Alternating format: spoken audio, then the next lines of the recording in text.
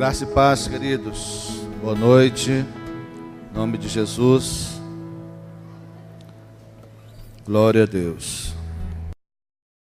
Eu quero fazer uma oração, e se você quiser orar, aí ore. Se quiser apenas concordar com a minha oração, concorde.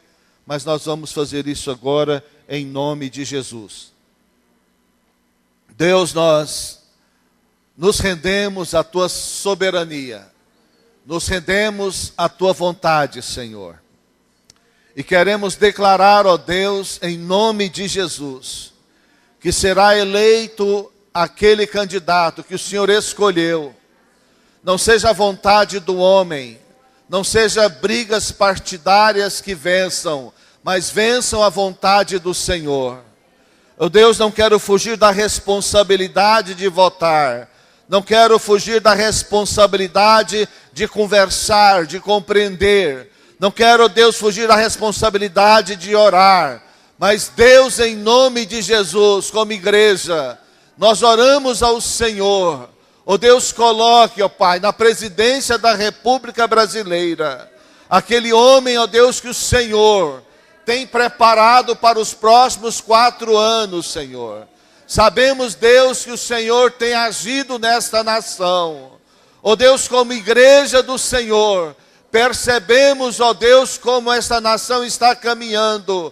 E em nome de Jesus nós te pedimos, Pai, ó Deus, em nome de Jesus, faça a Tua vontade, em nome de Jesus. Amém.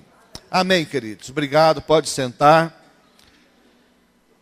Esse é um assunto muito polêmico, muito complicado, e nós temos que ter muito cuidado para não ferirmos uns aos outros, e nós não sabemos o futuro, só Deus conhece, não é? Nós podemos hoje analisar, podemos prever, mas nós não podemos de forma alguma conhecer o futuro. Isso é verdade. Mas Deus conhece tudo e sabe todas as coisas. Graças a Deus. Nós vamos hoje dar continuidade à nossa série Verdadeiramente Livres. Hoje é a 4ª palavra, domingo que vem nós estaremos concluindo, terminando esta série em nome de Jesus. E é uma bênção, será uma bênção para a nossa vida, está sendo uma bênção, não é? O tema desta noite, livres da intimidação. Livres da intimidação é o tema desta noite. O que é isso? Isso significa, queridos, roubo de autoridade. Roubo de autoridade. Há um aspecto negativo em todo tipo de timidez. Há um aspecto negativo quando nós somos tímidos. Eu me considero uma pessoa tímida e sei o quanto eu já perdi na minha vida desde a minha infância por ser tímido. Mas faz parte da minha natureza. Eu reconheço que sou tímido, mas não posso me entregar completamente a essa timidez. Porque essa timidez tira de mim a autoridade, e tirando de mim a autoridade, tira de mim também coisas boas, tira de mim conquistas, vitórias, experiências maravilhosas, experiências importantes. Eu poderia começar contando para os irmãos aqui uma experiência de quando eu era criança. Não tinha nem programado, mas quando estávamos aqui louvando, veio ao meu coração esta experiência. De vez em quando eu lembro disso. Quando eu era criança, nós tínhamos lá na nossa cidade, em Buriti Alegre, campeonatos de futebol. Nós tivemos 2 campeonatos de times de criança. E eu participei dos 2. Um time era o Corinthians. De outra vez, era a camisa do Brasil. Então nós éramos chamados de Brasilzinho. E o primeiro campeonato, pelo Corinthians nós ganhamos, fomos campeões. No segundo nós fomos vice-campeões, perdemos para o Flamenguinho. Na final, um amigo nosso colocou a mão na bola, nós precisávamos do empate, ele colocou a mão na bola de bobeira ali, deu um pênalti, e nós éramos crianças, e a maioria do time tirou a camisa, emburrou e saiu do campo. Então perdemos por abandonar a partida, não é? Mas o que eu quero dizer para os irmãos hoje, não estou aqui gabando daquilo que eu fui, mas eu tinha uma boa reputação no meio das crianças e daqueles que lideravam o futebol. Estou falando de quando eu era criança, como jogador de futebol. Quero só mostrar para os irmãos o que a timidez faz conosco. E depois que passou esse tempo dos campeonatos, houve algumas partidas, formaram outros times. Eu não estava mais participando de nenhum time. Mas um amigo meu que comandava um time me chamou com a seguinte intenção de reforçar. Não estou sendo vaidoso não, só quero que os irmãos entendam. Para reforçar o time dele numa partida que ia ter. E eu falei que iria. E no dia do jogo, eu fiquei em casa enrolando, com medo de ir. Timidez, porque eu não fazia parte daquele grupo. Eu não fazia parte daquele time. O que eles iam pensar de mim? Como eles iam me receber? Deu a hora do jogo, eu peguei a minha chuteira e fui caminhando.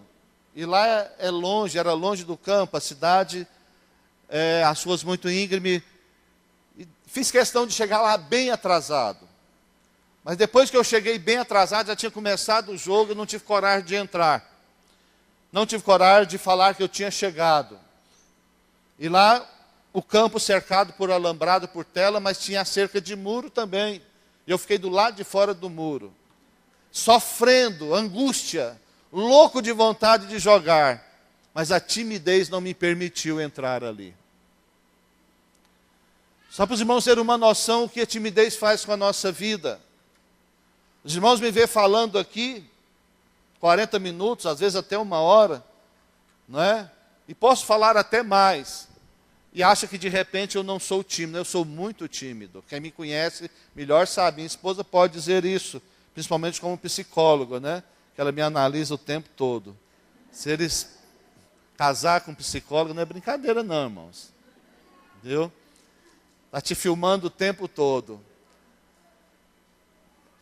Mas a primeira vez nós estávamos num projeto parecido com este projeto agora que nós estamos, de grupos pequenos, lá na Igreja da Fama, nós estamos começando, era a ideia de começar células. Isso foi por volta do ano de 1980, por aí, 80, 82 mais ou menos, né? Eu acho que eu não era casado ainda não, casei em 82. E o pastor Sinomar levantou 2 líderes para cada grupo. E o grupo que eu e o meu colega íamos liderar era aqui no conjunto Castelo Branco, na Vila Betel, aqui próximo, né, do Sudoeste. E ele me chamou, fez um treinamento e chamou as pessoas para vir à frente e falar 5 minutos. E ele me chamou para falar 5 minutos. Eu não consegui falar nem 1 minuto, irmãos. Por timidez. Sabe o que aconteceu? Eu não compareci no grupo da célula nenhuma vez. Nunca fui lá. Ninguém também perguntou. Eu achei foi bom. Por que eu estou dizendo isso? Porque no nosso meio há muitas pessoas que não fazem, não é porque não querem fazer. Entende, irmãos? Não é porque não querem ser. É porque existe uma prisão espiritual prendendo e tirando das pessoas a autoridade de fazer e de realizar. Mas graças a Deus, com os anos passando, nos esforçando, pagando o preço, Deus foi nos ajudando e nós fomos nos libertando disso. Mas o espírito de intimidação, ele ataca todos os cristãos, irmãos. Eu tenho certeza que ele ataca todos os cristãos. Ainda que a pessoa tenha um temperamento mais expansivo, ele também acaba sendo agredido e atacado por esse espírito de intimidação. Porque esse espírito quer fazer o quê? Roubar a autoridade. Roubar a autoridade. E essa é a função do diabo. Esse é o trabalho dele, roubar a autoridade dos filhos de Deus. Por quê? Porque ele não tem autoridade. Ele quer ter autoridade. Como ele não tem, ele rouba. Mas esta é uma noite de nós ficarmos livres desse espírito de timidez ou de intimação que o maligno exerce sobre nós. Talvez tudo isso pode ser consequência de um trauma. Talvez isso seja um trauma na minha própria vida, não sei. Ainda não percebi, não descobri, não identifiquei se é exatamente isso. Mas uma coisa é certa, eu não pude me deixar levar por esse espírito toda a minha vida. Mas com isso eu perdi muitas oportunidades na minha vida, principalmente na vida ministerial. Perdi grandiosas oportunidades. Mas eu sei de uma coisa, maior é o que está conosco do que aquele que está no mundo. Amém? E depois de assumir o ministério, é claro que mais ainda o inimigo quis gerar intimidação à minha vida. Claro que sim. E está sempre tentando me intimidar. E contra este espírito eu luto sempre. Não é uma vez. Não é uma oraçãozinha que resolve. Não é uma campanha que resolve. Há certas situações e certos espíritos e nós precisamos perseverar uma vida toda, trabalhar uma vida toda para vencê-lo, porque ele tenta nos dissuadir do propósito de Deus também toda uma vida. E ele pode vir em nós através de muitas formas. Ele pode vir através de falácias, de rebeldia, de insubmissão. Ele pode vir através de uma afronta contra nós, para nos intimidar. E no ministério isso acontece. Isso acontece com o pastor, acontece com o líder de célula, com o líder de ministério. Uma hora alguém se levanta, usado pelo maligno para afrontar, para dissuadir você daquilo que você está fazendo. E quem pensa assim, eu estou dando a minha vida pelas pessoas, e as pessoas não entendem, ainda vem falar isso para mim, que pode acontecer conosco, não é? Claro que pode acontecer, mas quando nós temos o olhar para a cruz de Cristo, entendemos que foi por Ele, que é por Ele que nós estamos fazendo, que é para Ele que nós estamos fazendo, nós vamos nos levantar e vamos vencer esse espírito de intimidação que vem contra a nossa vida. Amém, meus irmãos? Embora você seja tímido, mas você não pode se deixar ser intimidado de maneira alguma. Por que você não deve deixar ser intimidado? Por quê? Porque Deus ama você. Porque Deus te ama. Porque Deus tem um plano, Deus tem um projeto para com a sua vida. E você nunca estará sozinho. Saiba disso, você nunca estará sozinho. Deus estará sempre do seu lado e os seus anjos estarão sempre ao lado seu também, ao teu lado também.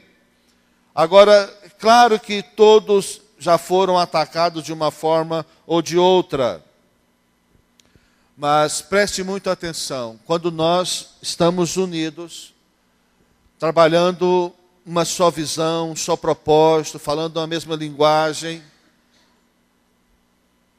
Quando nós estamos, como Gênesis 11:6 fala, que nós devemos ser, e aquele povo que estava fazendo algo contrário à vontade de Deus, mas mesmo assim eles conseguiram o intento deles, até Deus permitir, quando Deus falou basta, aí não permitiu mais. Agora imagine nós dentro do propósito de Deus.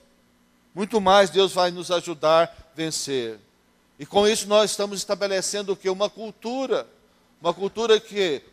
de amor, uma cultura de honra, uma cultura de liberdade, uma cultura de serviço uns aos outros. Quando nós chegamos em Cusco, no Peru, em 94, para o início do trabalho ali, muitos conhecem a nossa história, mas certamente alguém não conhece esses detalhes. Luiz Alberto, que hoje é o pastor da videira lá em Cusco, Em 96 nós consagramos ele a pastor. E a nossa igreja se transformou em igreja videira lá. E hoje é uma igreja extraordinária. Sempre que nós vamos lá, nós ministramos na igreja. E o Luiz Alberto, que hoje é o pastor, pregou aqui há pouco tempo, não é?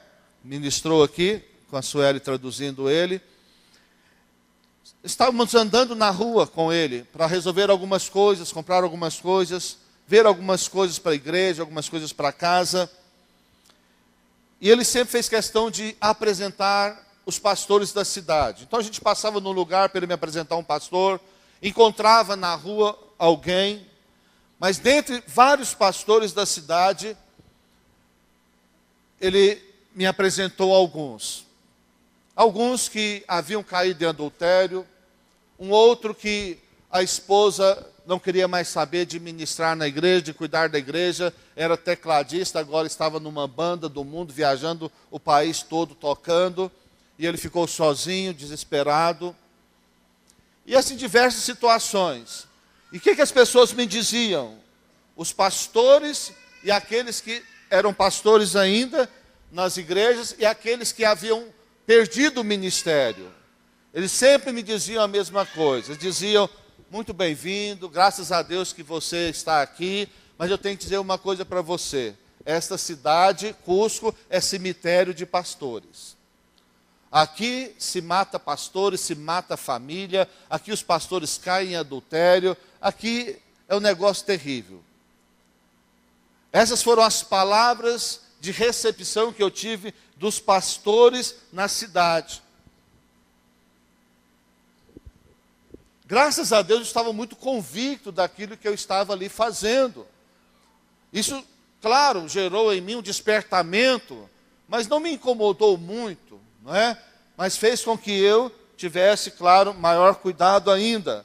Mas graças a Deus, Deus nos deu condição de superar o espírito de intimidação naquele lugar. Porque o que o espírito estava fazendo, o maligno estava querendo me intimidar. Ele queria acabar comigo bem na chegada, antes de começar o processo que Deus nos levou ali. Porque se ali eu me intimido, me entrego aquilo que eu já havia me entregado outras vezes, teria sido um desastre a nossa passagem por ali. Mas pela graça e misericórdia de Deus, nós não nos entregamos a esse espírito de intimidação, e nós vencemos então esse espírito de intimidação, e Deus nos deu graça, e nós conseguimos cumprir o propósito de Deus nas nossas vidas ali. E esse espírito de intimidação, ele procura fazer isso. E na Bíblia, queridos, ele é conhecido por Jezabel. Por muitos anos, as igrejas pentecostais entenderam que Jezabel significava simplesmente uma moda, que era apenas uma coisa de questão de roupa, de batom e de brinco. Mas é muito mais do que isso. Jezabel na Bíblia é um espírito muito forte, espírito maligno que trabalha para destruir pessoas, para destruir igrejas, para destruir profetas. E tem duas mulheres na Bíblia, chamadas Jezabel. A primeira é de 1 Reis, capítulo 19, versículo, se não me engano, 1 e 2. Pode colocar aí para nós? Dá para pôr mais para cima um pouco, irmão? Porque aqui eu tampo.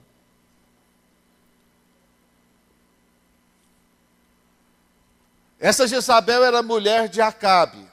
Acabe era o rei. E essa mulher tinha um comando, uma influência muito forte. Preste muita atenção nisso. Olha o que aconteceu. O profeta Elias, o grande profeta Elias, depois dele ter ressuscitado o filho da viúva, ou melhor, estou trocando os profetas aqui, depois dele ter enchido as botijas de alimento da viúva, depois dele ter feito descer fogo do céu, consumir o holocausto, a água que estava sobre aquele altar, ter vencido os profetas de Baal, destruídos os ídolos daquela nação. Depois de Elias ter feito chover, porque 3 anos e meio não chovia naquela terra. Jezabel se levanta, essa mulher se levanta, e ela corre então. Vamos ler o versículo aqui. Ora, Acabe contou a Jezabel tudo que Elias tinha feito e como havia matado todos aqueles profetas à espada. Olha só, volta só um pouquinho. Olha como que o Espírito atua. Acabe, que era o líder, ao invés de ele se posicionar, ele foi para a mulher. Por quê? Porque a mulher exercia uma liderança sobre Acabe, e essa liderança era uma influência maligna. Isso é sério, queridos. Versículo 2. Por isso Jezabel mandou um mensageiro a Elias para dizer-lhe que os deuses me castiguem com todo rigor, caso amanhã, nesta hora, eu não faça com a sua vida o que você fez com a deles. Jezabel manda falar para Elias: vou te matar. Eu vou te matar. Ela se levanta agora com espírito de intimidação contra Elias para cortar a cabeça do profeta. E sabe o que aconteceu? O espírito de intimidação entrou naquele profeta que havia feito tantos milagres, que havia operado tantas coisas em nome de Deus.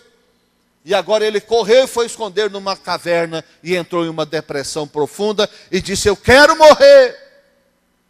Mata-me, Senhor. Mas eu não quero enfrentar Jezabel. Você pode entender como esta ação desse espírito é forte. E se nós não tivermos um posicionamento, nós podemos ser enganados, convencidos por ele, enfraquecidos e até destruídos. É isso que aconteceu. Não tenho nada contra a liderança de mulher. Deus abençoe as lideranças e usa as mulheres, sim. Mas nós temos que ter cuidado, muito cuidado com o espírito de Jezabel, que geralmente usa mulheres. Não sei porquê, queridos. Talvez porque começou com Eva, lá no Éden. Talvez também porque Deus usou Maria para trazer Jesus. Mas eu sei que há uma implicação, e uma vontade maligna de sempre usar as mulheres. Então, mulheres, vigiem. Mulheres, vigiem. Muito cuidado mesmo, porque de repente essa autoridade que você está querendo ter, esse empoderamento que o mundo está pregando, pode ser o espírito de Jezabel. Cuidado com ele, tá bom? Em Apocalipse 2:20, nós não vamos ler esse versículo, tá bom? Mas também ali fala de uma falsa profetisa, que dominava as pessoas, que enganava as pessoas, como se fosse de Deus. Envolvia as pessoas com palavras, com visões, com revelações, mas era um espírito maligno com o propósito de paralisar os servos de Deus. O propósito do espírito de intimidação, do espírito de Jezabel, é paralisar o propósito de Deus e a vida daqueles que servem a Deus. Todos nós, queridos, temos uma posição de autoridade espiritual concedida por Jesus.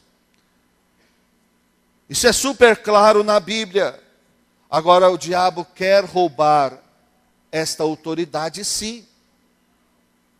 Porque ele quer usurpar a autoridade e nos tornar inoperantes. Ele quer nos tornar inoperantes. Lembre muito disso. Lembre que ele é ladrão. Vamos ler Gênesis 1:26. Você sabe de cor, mas nós vamos olhar na Bíblia, amém?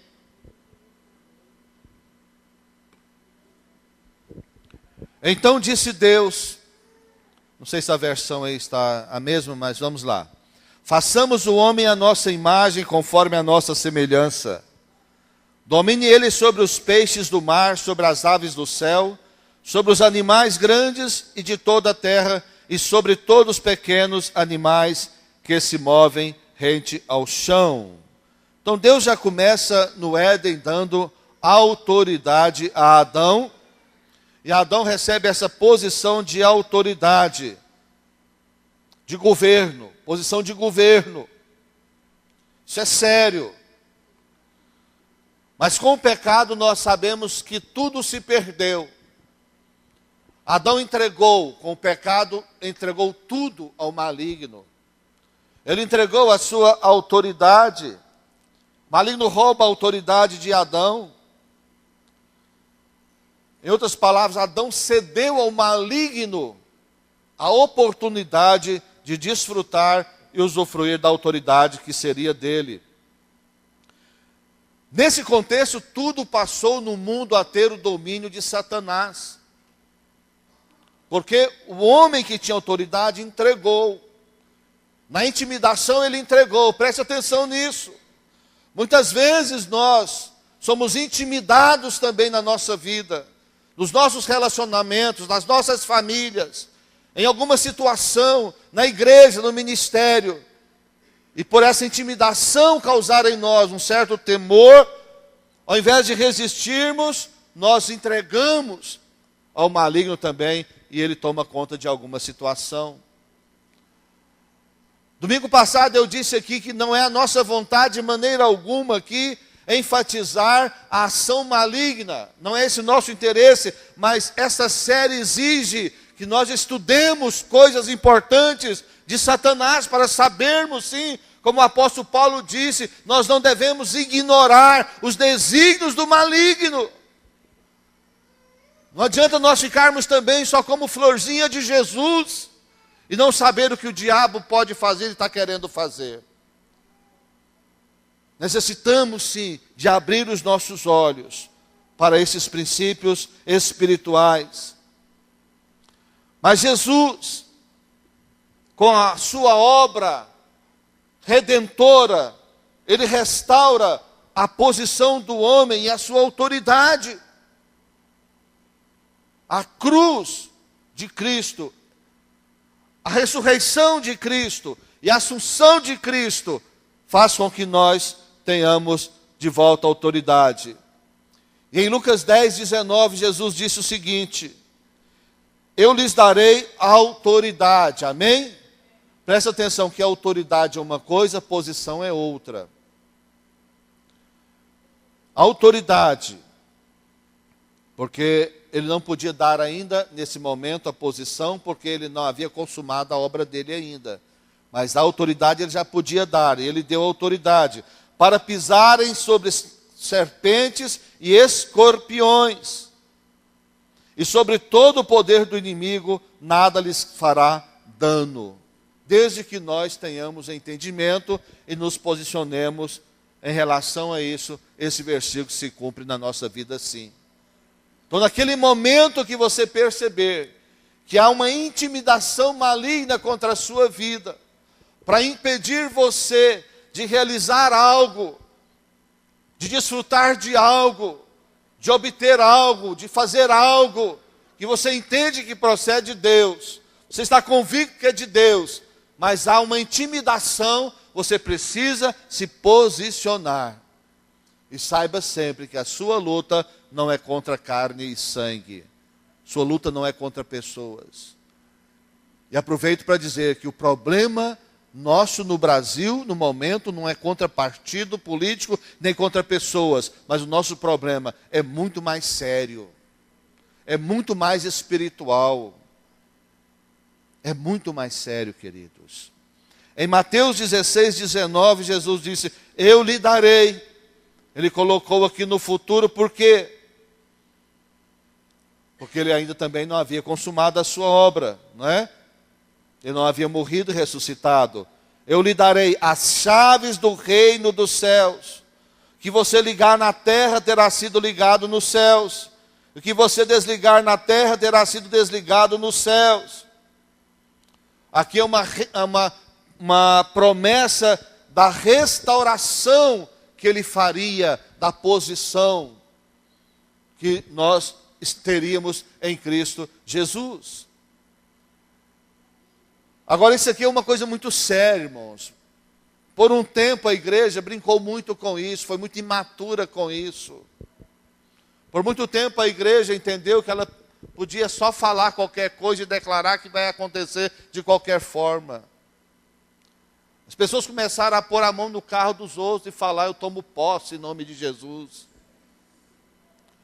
Mas houve uma infantilidade no meio da igreja muito grande.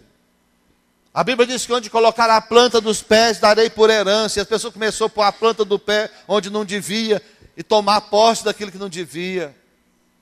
Sem entendimento, sem compreensão.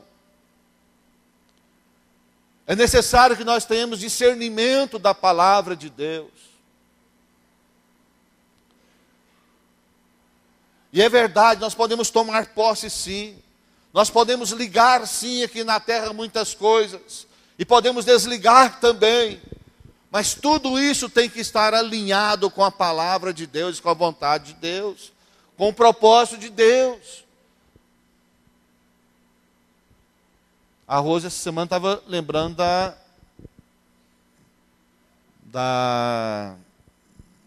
gente, esposa do Paulo Cunha. Silvone, desculpa. Congregaram conosco aqui por alguns anos. A Silvone, uma pessoa esclarecida, mas quando ela se converteu, leram para ela o versículo que está escrito na Bíblia.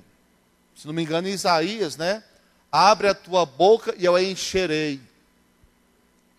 Mas não disseram para ela que ela tinha que orar, que ela tinha que ler a Bíblia, que ela tinha que estudar, que para ela compartilhar uma palavra seria importante ela fazer algumas anotações, que isso ajudaria, né? Que no mínimo ela tinha que ler a Bíblia. Aí deram para ela a oportunidade. Aí disse que ela foi para a frente da igreja e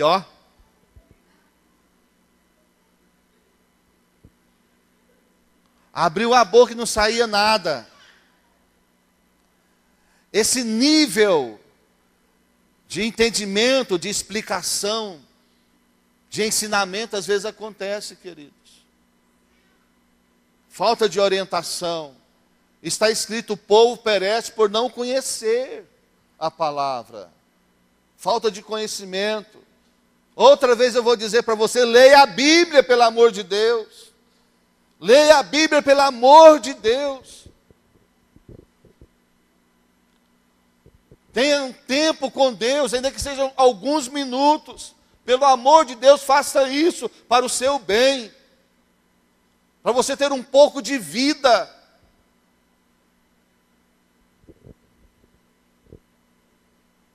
Para não ser enganado. Amém, queridos? Porque hoje tem vozes para todo lado. A Bíblia já dizia, antes da tecnologia, a Bíblia dizia milhares de anos, que havia várias vozes no mundo. Imagina hoje. Quantas vozes existem? Milhares, milhões de vozes. Mas você precisa de ouvir a voz do Espírito Santo. E a voz do Espírito Santo, ela vem, e vem principalmente quando você está meditando na palavra de Deus. Amém? Principalmente ali. Glória a Deus, não é, queridos? Pois é, queridos. Aqui há a promessa da restauração, da posição. E foi isso que aconteceu. Mas por que é que Jesus fez isso? Porque em Gênesis se perdeu a posição, mas em Jesus nós alcançamos novamente a posição. E aí, com isso, na terra, nós podemos desfrutar de uma outra atmosfera espiritual. Mas como foi que Jesus cumpriu essa promessa? É necessário que entendamos que Jesus morreu e ressuscitou, de fato e de verdade. Mas precisamos saber o que aconteceu também, quando ele morreu e quando ele ressuscitou. Em Mateus 28, 18 e 19, Jesus fala o seguinte: então Jesus aproximou deles e disse: foi-me dada toda a autoridade no céu e na terra, portanto vão e façam discípulos de todas as nações. Você percebeu que Jesus, ao dar esta ordem, isso ele fez depois da ressurreição. Isso é impressionante, irmãos. Mas por quê? Porque ele não disse isso antes. Porque ele ainda não havia conquistado a posição, e nem nos dado a posição de autoridade. E com isso, e quando foi que ele conquistou?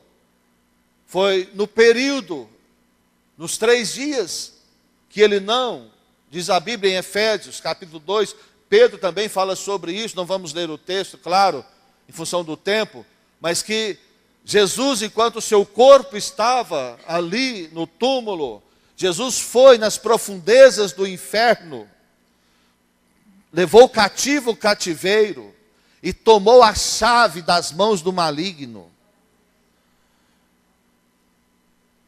E com isso Jesus certamente já foi aos céus também, estabelecendo ali a sua posição, e ressuscitou-se depois, e foi ficar à direita de Deus.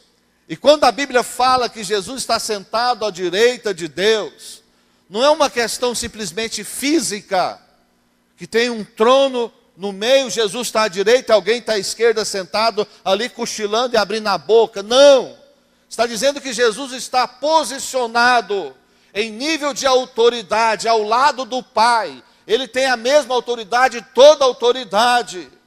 E com isso também ele nos posiciona ali. Quando nós também somos batizados, diz a Bíblia que nós morremos e somos batizados na morte de Cristo e também nos ressuscitamos com Ele. Esse é o valor do batismo. E na ressurreição nossa, no batismo, significa que nós estamos posicionados também em autoridade com Cristo Jesus. Isso é tremendo, meus irmãos, isso é maravilhoso. Jesus restaura a autoridade, sim, não é? Na verdade, a referência é Efésios 1, do 20 ao 23. Eu vou ler para os irmãos este versículo. Efésios 1, do 20 ao 23. Esse poder ele exerceu em Cristo, ressuscitando dos mortos e fazendo assentar-se à sua direita, posição de autoridade, nas regiões celestiais, muito acima de todo governo e autoridade. Essa palavra governo e autoridade aqui são classes de espíritos. No céu são anjos, no inferno também tem eles, são demônios. Autoridade, são classes de autoridade. Um tem mais autoridade que outro, níveis de autoridade. Governo e autoridade, outros falam principados e potestades, não é? Que são níveis de governo também. No Brasil nós não usamos para governo a palavra principado, não é? Mas não existe lá Principado de Mônaco. Quem gosta de assistir corrida está sempre lá, Principado de Mônaco. Não é demônio não, pode ficar tranquilo, viu? Certo? É um governo de Mônaco, não é uma região governada por alguém. Mas são termos usados na Bíblia também para referir a espíritos, tanto de anjos como de demônio. De todo governo e autoridade, poder e domínio de todo nome que se possa mencionar, não apenas nesta era, mas também na era que há de vir. Eu confundi aqui os textos, irmãos. O texto, na verdade, que fala que Jesus desceu às regiões inferiores da terra, foi ao inferno, é de Efésios capítulo 2 mesmo, tá?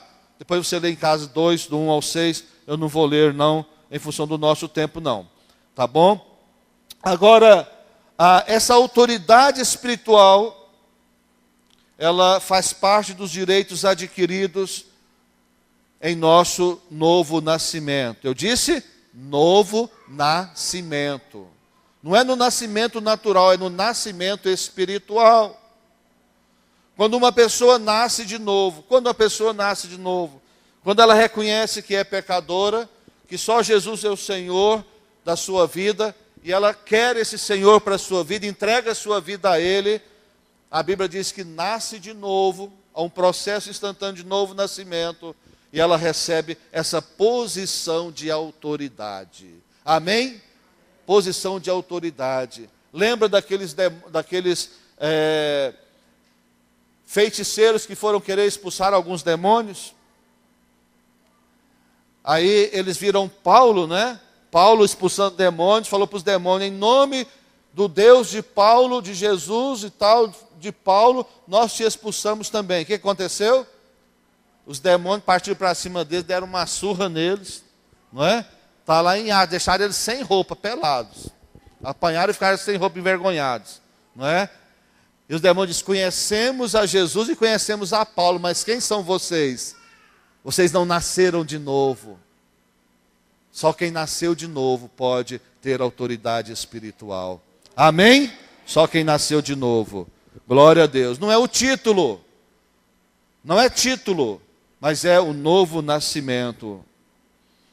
Agora, por que Deus nos deu essa autoridade? Por causa do ide. Ide pregar o evangelho a toda criatura. Quem crer e for batizado será salvo. Quem não crer será condenado. Deus nos deu autoridade para fazer discípulos e deu dons para servir a igreja. Todos nós recebemos dons, meus irmãos. Todos nós temos dons. Dons naturais, dons espirituais e dons ministeriais. E o que são os dons? Na verdade, os dons são para nós matéria-prima que Deus nos dá. E o diabo está intimidando muitas pessoas. O diabo tem intimidado muitas pessoas, não permitindo que as pessoas manifestem ou desenvolvam os seus dons. Isso é muito sério. Isso é muito sério. E eu vou tentar explicar para você o que é dom de fato, de verdade, de Deus na nossa vida. Me dá uma cadeira dessa, por favor.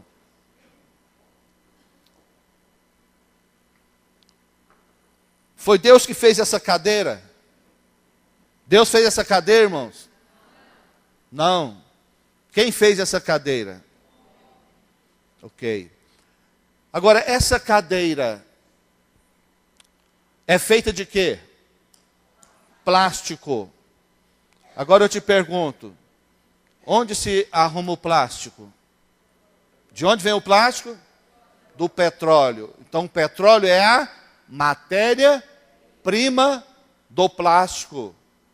Agora presta atenção, o petróleo é o dom. O petróleo é o dom. Se uma pessoa não pega o petróleo, desenvolve o plástico, e outra pega e desenvolve a cadeira, nós não teríamos cadeira. Deus não faz cadeira. Entendeu? Deus não faz aquilo que você tem que fazer. Deus te deu o dom para fazer, está dentro de você. A matéria-prima está dentro de você. Você tem a autoridade, você tem poder em você, você tem sabedoria, conhecimento, capacidade. O dom está dentro de você. E Deus não vai usar esse dom, é você que vai desenvolver esse dom. Você precisa fazer algo em relação ao seu dom. Ah, estou esperando Deus fazer, estou esperando Deus falar. Deus já deu. Imagine você se as pessoas estivessem até hoje orando para desenvolver o petróleo. Como seria o mundo? Mas alguém desenvolveu a matéria-prima. Amém? Esse púlpito é feito de quê? Madeira. Nasce púlpito? Nasce pé de púlpito? Tem pé de púlpito? Não. De onde vem a madeira? Da árvore. Ô, povo inteligente. A matéria-prima é a árvore, não é? É a árvore. Mas alguém teve que desenvolver. Um dom foi desenvolvido para fazer isso aqui. Amém?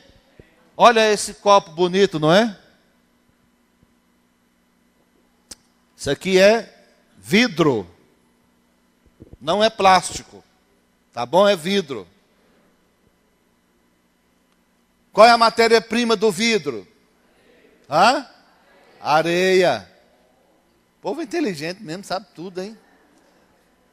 Areia. É todo mundo que pode pegar areia e fazer um copo desse? Não. Mas alguém soube que havia um dom nele, uma matéria-prima. e descobriu que havia uma matéria-prima areia que podia se tornar em vidro. Então você tem a matéria-prima dentro de você. Amém, meus irmãos? Então quando você entrega a sua vida a Jesus, sabe o que acontece? A sua vida não pertence a você mais, porque você entregou a Ele. Agora a sua vida é dele, porque Ele te comprou com o sangue da sua morte, da sua vida. Agora o inimigo quer te paralisar, ele quer nos paralisar sim. Sabe por que ele quer nos paralisar? Porque nós podemos paralisar ele. Então antes da gente paralisar ele, ele vem querer paralisar nós. Nos paralisar. Então quando você começar a sentir que está ficando paralisado, reaja. Reaja. Diga para o teu vizinho, reaja. Sacuda o teu vizinho, reaja. Amém?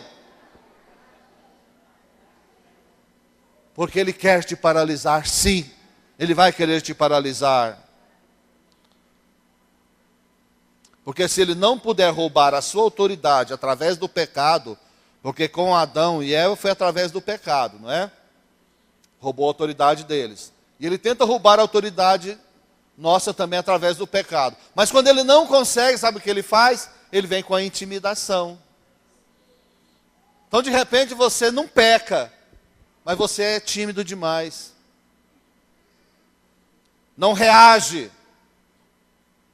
E esse é o problema. Não basta deixar de pecar, precisa também de reagir.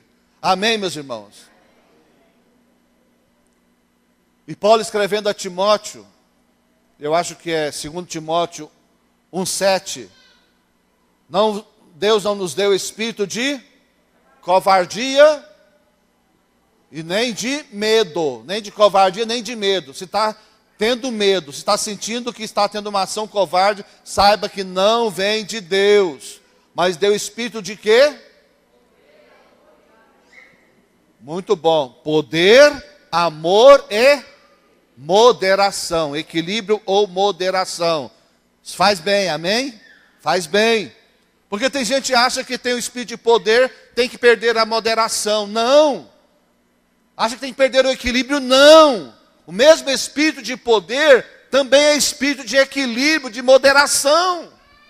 Mas também é de amor, meus queridos. Amém, meus irmãos? Glória a Deus por isso, não é?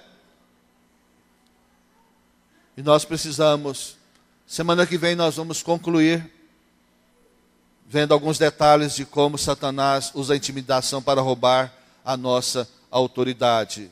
Amém?